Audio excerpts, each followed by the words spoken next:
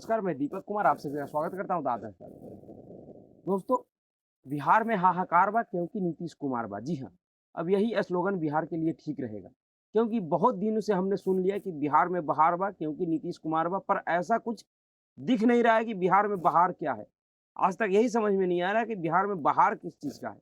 हाँ, बिहार में हाहाकार ज़रूर दिख रहा है, क्योंकि जिस तरह से रामनवमी यात्रा के दौरान जो हिंसा भड़की बिहार में, सासाराम और बिहार शरीफ में, नालंदा में, उसको देख के अब यही स्लोगन ठीक होगा बिहार के लिए कि बिहार में हाहाकार बा क्योंकि नीतीश कुमार बा। क्योंकि बिहार का जो कानून व्यवस्था है, बिहार का जो पुलिस प्रशासन का जो काम करने का तरीका है, वो बिल्कुल ही ध्वस्त हो चुका है। क्योंकि आप बिहार में पिछले कुछ सालों से जो घटनाएं घट रही है, उसको अगर देखिए तो आपको समझ में आएगा कि किस तरह से बिहार सरकार और बिहार का प्रशासन बिहार में कानून व्यवस्था को बनाए रखने में नाकाम साबित हो रही है। अब यह राजनीतिक नाकामी है या फिर प्रशासन की अपनी लापरवाही। खैर, प्रशासन की लापरवाही नहीं हो सकता है, क्योंकि यही बिहार पुलिस है और वही बिहार पुलिस के जवान हैं जो कि 2005 में जब नीतीश कुमार जी का और भारतीय जनता पार्टी गठबंधन में सरकार बनी थी, उस दौरान बड़े-बड़े अपराधियों को सलाखों के पीछे पहुंचाया, सलाखों के पीछे पहुंचाया। बड़े-बड़े नामचीन अपराधी, जिस तरह का उस समय भय का माहौल था प्रदेश में, उस भय के माहौल को खत्म किया। जनता के अंदर एक विश्वास जगाया कि बिहार में भी एक अच्छी प्रशासन है, अच्छा सरकार है। पर आज भी वही पुलिस प्रशासन है।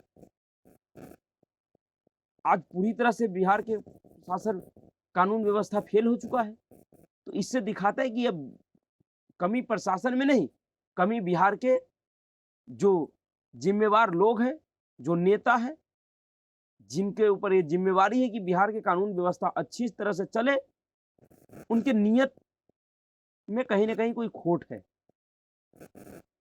जी हाँ, जिस तरह से रामनवमी जुलूस के दौरान बिहार में हिंसा हुआ है, ऐसे तो देश के कई एक प्रदेशों में हुआ है, पर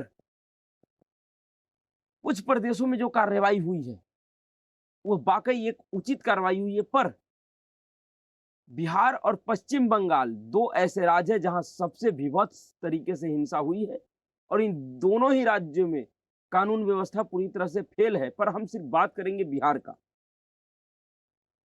किस तरह से बिहार में रामनवमी यात्रा के जुलूस यानी 30 मार्च से लेके 2 अप्रैल तक, या कहे तो 3 अप्रैल तक ऐसी व्यवस्था बना है बिहार में कि फिर से आज बिहार के लोग उसी भय और उसी माहौल में जीने को मजबूर है। आज फिर से बिहार के लोगों को लग रहा है कि जिस तरह से कभी-कभी कोई नेता ये कह देता है कि बिहार में जंगल राज का वापसी हो चुका है। इस घटनाओं को देखिए तो आपको बिल्कुल विश्वास होगा कि सच में बिहार में जंगल राज की वापसी हो चुका है। क्योंकि बिहार में जिस तरह से अपराध बढ़ रहा है, हत्या का, लूट का, बलात्कार का, वो वाक़ई चिंताजनक है और उसको देख के यही लग रहा है कि बिहार में वाक़ई जंगल राज लौट रहा है। क्योंकि बिहार में इस समय एक ऐसी सरकार है जिसका छवि लूट-पाट, अपराधों से जुड़ा हुआ है। जो उस पार्टी का राजनीतिक छवि हो अपराधीकरण पे ही उत्पन्न हुई है। उनकी अपराधीकरण उस पार्टी का, उस सरकार का पहचान बन चुका था और आज फिर से वो उन्हीं का शासन है। जिस तरह का भय था बिहार के लोगों को कि अगर यह व्यक्ति सरकार में, यह पार्टी अगर सरकार में आता है तो बिहार में इस तरह का माहौल बनेगा, आज वो सच होती हुई दिख रही है। किस तरह से बिहार में 2005 से पहले का स्थिति था, वो जंगल राज, वो लूट, हत्या, बलात्कार, दंगा, फसाद, हिंसा का जो दौर चल रहा था, आज फिर से वही सारी घटनाएँ अब घट रही है। फिर से बिहार उसी दौर में जा चुका है। किस तरह से सरेआम नालंदा में दुकान लूटे जा रहे हैं। मुंबई के कारोबारी का, जिसका बिहार में 8 बड़े-बड़े प्रतिष्ठान हैं, उसका एक प्रतिष्ठान बिहार नालंदा के बिहार शरीफ में भी था और किस तरह से इस हिंसा के दौरान इस इलेक्ट्रॉनिक दुकान में लूट मचा। यह वीडियो टीवी 9 भारत का वीडियो है। ये कोई वीडियो किसी व्यक्ति का मोबाइल से बनाया गया नहीं है, दुकान के सीसीटीवी का है, और यह खबर टीवी 9 भारतवर्ष ने चलाया है। इस वीडियो में आप देखिए,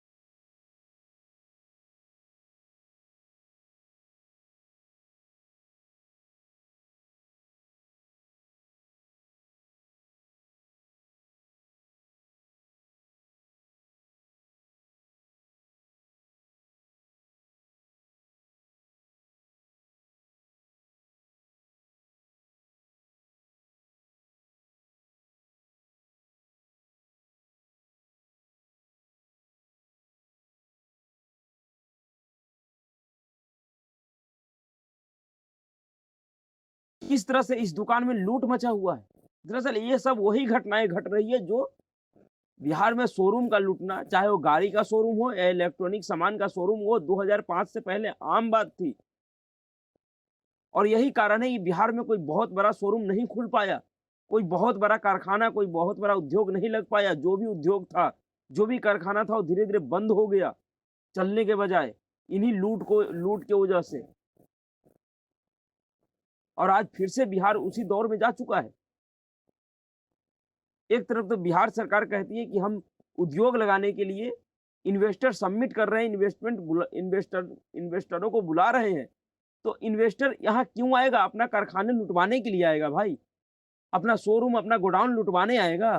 दरअसल इस वीडियो में जिस तरह का लूट हुआ है, उसके ऊपर जो उस गोडाउन का मालिक है, दरअसल लोग मुंबई में रहते हैं, उनका नाम है हैदर आजम, जिनका ये शोरूम लूटा गया है।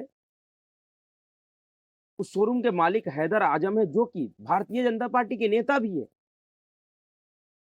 और उनका ये शोरूम किस तरह से बेखौफ होकर लोग लूट रहे हैं, एकदम तसल्ली के साथ लेके जा रहे हैं सामान। वीडियो में आपने देखे होइएगा। उन्होंने ट्वीट में क्या कहा? उन्होंने ट्वीट में कहा कि बिहार शरीफ जिला नालंदा बिहार में मेरे डिजिटल दुनिया मॉल पर अज्ञात लोगों ने हमला करके सारा माल लूट लिया। मुंबई में रहने के बावजूद बिहार के लोगों को मैंने रोजगार देने के लिए वहां पर कारोबार शुरू किया। इस प्रकार के हादसे को देखकर कौन आएगा बिहार में काम करने? हैदर ने यह मैटर प्रधानमंत्री नरेंद्र मोदी, अमित शाह, बिहार के मुख्यमंत्री नीतीश कुमार और BJP Bihar state BJP for India को टैग किया। ये बात तो सच है कि जिस बिहार में छोटी-मोटी बातों को लेकर पुलिस प्रशासन इतना एक्टिव दिखती है, सेलेक्टिव मुद्दों पे, उसी बिहार में इस तरह से सरेआम इतने बड़े-बड़े गोडाउन लूटे जा रहे हैं, रोडों पे हिंसा हो रही है, आगजनी हो रही है, 12-12 राउंड फायरिंग हुई, बम ब्लास्ट हुए, और उसपे प्रशासन क्या कह रही है कि हमने 170-80 लोग गिरफ्तार कर लिया। अरे किनकी गिरफ्तारी किए हो? आप वही बिहार पुलिस हो ना, वही प्रशासन हो ना, जो एक पत्रकार मनीष कश्यप के ऊपर जिस तत्परता के साथ कार्रवाई किए, जिस तरह से उनका बैंक डिटेल्स सार्वजनिक किए, न्यूज़ चैनलों को बताया कि उनके अकाउंट में कितना रुपये है, तो फिर आप इनमें जो लोग गिरफ्तार हुए हैं, जिनको आप आरोपी मानते हैं, जिनको इस हिंसा के लिए गिरफ्तार किया, उनके नाम का खुलासा क्यों नहीं कर रहे हैं? बताइए तो सही कि कौन लोग था जिन्होंने इस तरह का हिंसा किया? बिहार के लोग भी तो समझे कि ये कौन से प्रजाति हैं, किस दुनिया से आए हुए लोग हैं, जिनको रामनवमी के जुलूस से इतनी परेशानी है कि वो उस जुलूस पे पत्थरबाजी कर दिए, उसमें फायरिंग कर दिए, आग लगा दिए, दुकानें जला दी, लोग घर जला दिए। क्यों नहीं आप उन सब अपराधियों का नाम बता रहे हैं? क्यों नहीं उनके नाम सार्वजनिक कर रहे हैं भाई? दरअसल ये सब जो बिहार में हो रहा है, ये अचानक नहीं हो रहा है।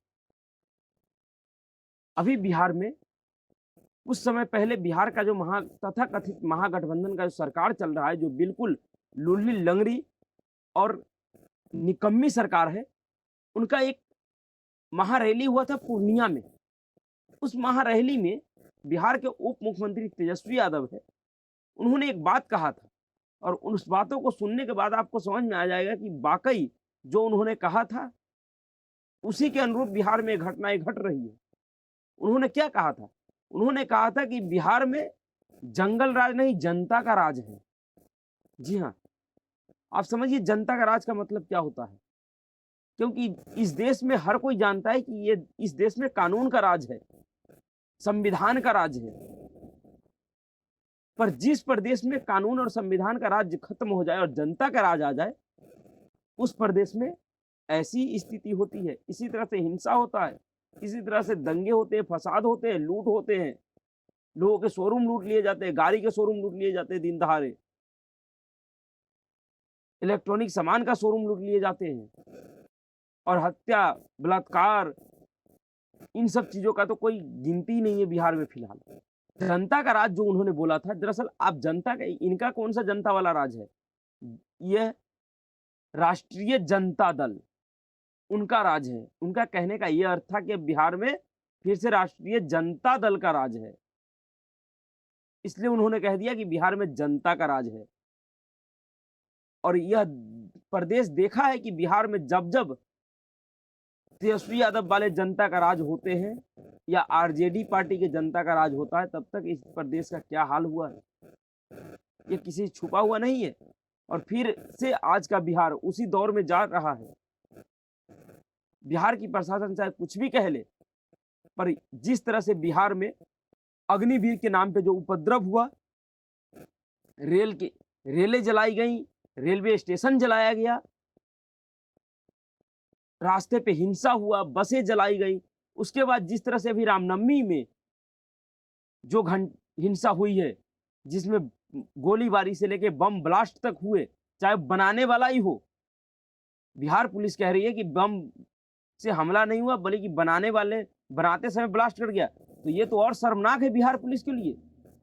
जो बिहार पुलिस मनीष कश्यप के ऊपर इतना त्वरित कार्रवाई किया कि उनको एक दिन में ही यह पता लग गया कि मनीष कश्यप ने फर्जी वीडियो बनाया है, फर्जी वीडियो सर्कुलेट किया सोशल मीडिया पे। उस बिहार पुलिस को ये नहीं पता है कि उन्हीं के प्रदेश में बम बनाए जा रहे हैं, और नहीं पता है तो ये तो और दिखाता है आपके शासन व्यवस्था को, आपके काम करने के तरीके को, कि किस तरह से बिहार की स्थिति है आज, अराजक स्थिति में चला गया है। जब बिहार में लोग कोई त्योहार ढंग से नहीं मना पाएंगे। दरअसल ये बिहार के लोगों के लिए विचार करने वाली बात है, खास करके हिंदुओं के लिए, कि आप क्या चाहते हैं बिहार में? क्या यही स्थिति रहना चाहिए या स्थिति बदलना चाहिए? कब तक इन दंगाइयों के सामने घुटने टेक के रहिएगा? क्योंकि इतना तो जरूर है कि बिहार में जब तक सेकुलरिज्म के ठेकेदार है और जब तक उनकी सरकार है, किसी भी दंगाइयों पे कोई कार्रवाई नहीं होने वाला है। इसलिए जितना जल्दी हो बिहार के लोग इस सोच से निकले कि बिहार में बहार बा क्योंकि नीतीश कुमार बा, क्योंकि अब वह नीतीश कुमार बिहार में नहीं है जो नीतीश कुमार 2005 में था। अब का जो नीतीश कुमार है, उनके लिए वही स्लोगन ठीक होगा कि बिहार में हाहाकार बा क्योंकि नीतीश कुमार बा। और बिहार के लोग दुआ करें कि जितना जल्दी हो बिहार की राजनीति से ये नीतीश कुमार जी का छुट्टी हो जाए, या तो राजनीति से संन्यास ले ले या फिर बिहार को बकस दे, कहीं दूसरी राजनीति करे। क्योंकि बिहार के लोग परेशान हो गए हैं इन नीतीश कुमार जी से और इनके शासन व्यवस्था से। सभी ने देख लिया कि अब नीतीश कुमार जी के बस का बिहार नहीं है। बिहार में अब बिहार के कानून व्यवस्था को संभालना उनके बस की बात नहीं है। तो अभी के लिए इतना ही। अगर आपको वीडियो अच्छा लगा तो वीडियो को लाइक कीजिए, शेयर कीजिए और चैनल को सब्सक्राइब कीजिए। नमस्कार।